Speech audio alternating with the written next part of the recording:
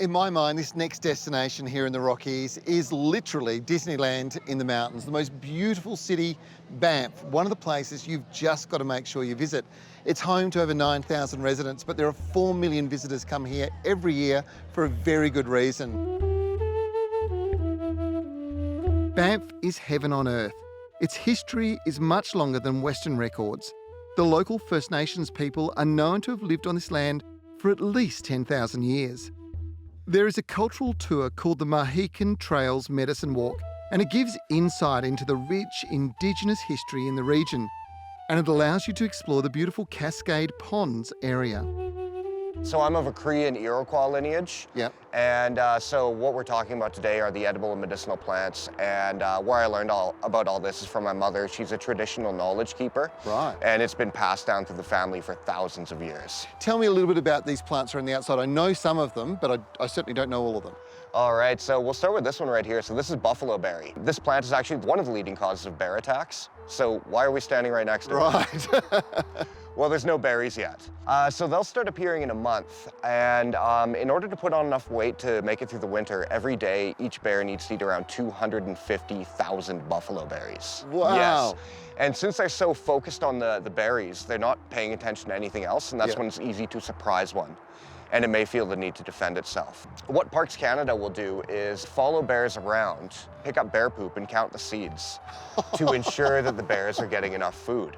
Wow. Because bears are at the top of the food chain. Yep. So if there's something wrong with them, what does that say about everything else in the ecosystem? Yeah. And if they determine in an area the bears aren't getting enough food, they aren't getting enough buffalo berry, that's when they will actually intentionally start forest fires. Fire is essential for life. It is a reset button. Yeah.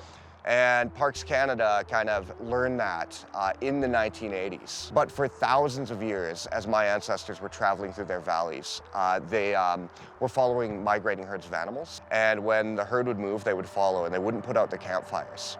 Yeah. And occasionally those fires would spread, burning sections of old-growth forest, ensuring that next year there was a food source for the animals they depended on.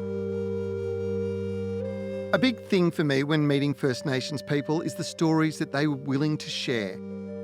They are fascinating and so often sit at an elevated level of consciousness. So the next one I'd like to point out to you is the trembling aspen here. So that dust, that grows on the tree. It protects it from the sun. We can also use it as sunscreen, although it's not that great. It's really weak and needs to be constantly reapplied. But it's also a natural type of yeast. Ah. So obviously we're making beer. Yeah, right? you can make beer. And then after a few of those beers, maybe some bread. Next morning, bit of a headache. Yeah. We can go back to the tree. This is a member of the willow family. Right. So the inner bark has a chemical in it called populin, which is very similar to spirin, which is the active ingredient in aspirin. Aspirin? Yes. Right. So a question for you. Yep. The natural yeast in this, do you think it was used in this area by Indigenous people to make alcohol? I don't know. Absolutely not.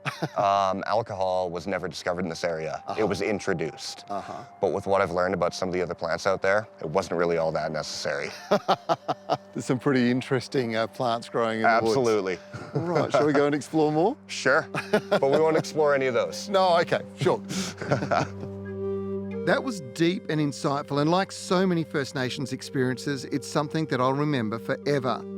Another thing you'll love about this area is my next stop. It's in the heart of this beautiful town of Banff. This is the Grizzly House, founded by fondue king Peter Steiner, and now run by his daughter, Bridget. Here I have the traditional Swiss cheese fondue. This is done with the Neuchâtel cheeses. You have Emmental and Gruyere, and they've melted the cheese with white wine and kirsch, all ready for you to enjoy. There's Bunderfleisch, the Swiss charcuterie, gherkin pickles, raw vegetables, baguette bread, and roasted garlic for you to dip in the fondue. Enjoy it. Thank you. Yeah. This is an amazing restaurant. It's so authentic. Tell me the history. Well, my parents opened it in 1967, and originally it was a disco, so people would come in to dance, and there were go-go dancers and drinks and psychedelic light shows. So it was like a real place to see and be seen. And then at some point it evolved into a restaurant. Yeah, all through the last 50 some years, it's been evolving. And you chose fondue as the focus, as the specialty. Tell me a little bit about that. My father was born in Switzerland, so it was near and dear to his heart for fondue and the traditional cheeses and things that would come from his home country. Right. So the Grizzly House motto is for lovers and hedonists. So the idea is that people would have an intimate lovers' dinner, they would meet here, or they would express their love here. Now it's reflected in the little phones that are around the outside of all the tables and booths, right? Yeah, so the idea is that people could meet each other. Yeah. So it was before social media or internet, where people could call other tables and get to know each other or meet later for drinks. It's a great flashback in time. Do we get stuck into this? Yes, Yeah. yes. Oh, yeah. The menu is extensive and has exotic sounding meats like shark and alligator, rattlesnake, frog's legs, buffalo and venison, as well as local delights like elk and bison. And I was keen to try as many as I could.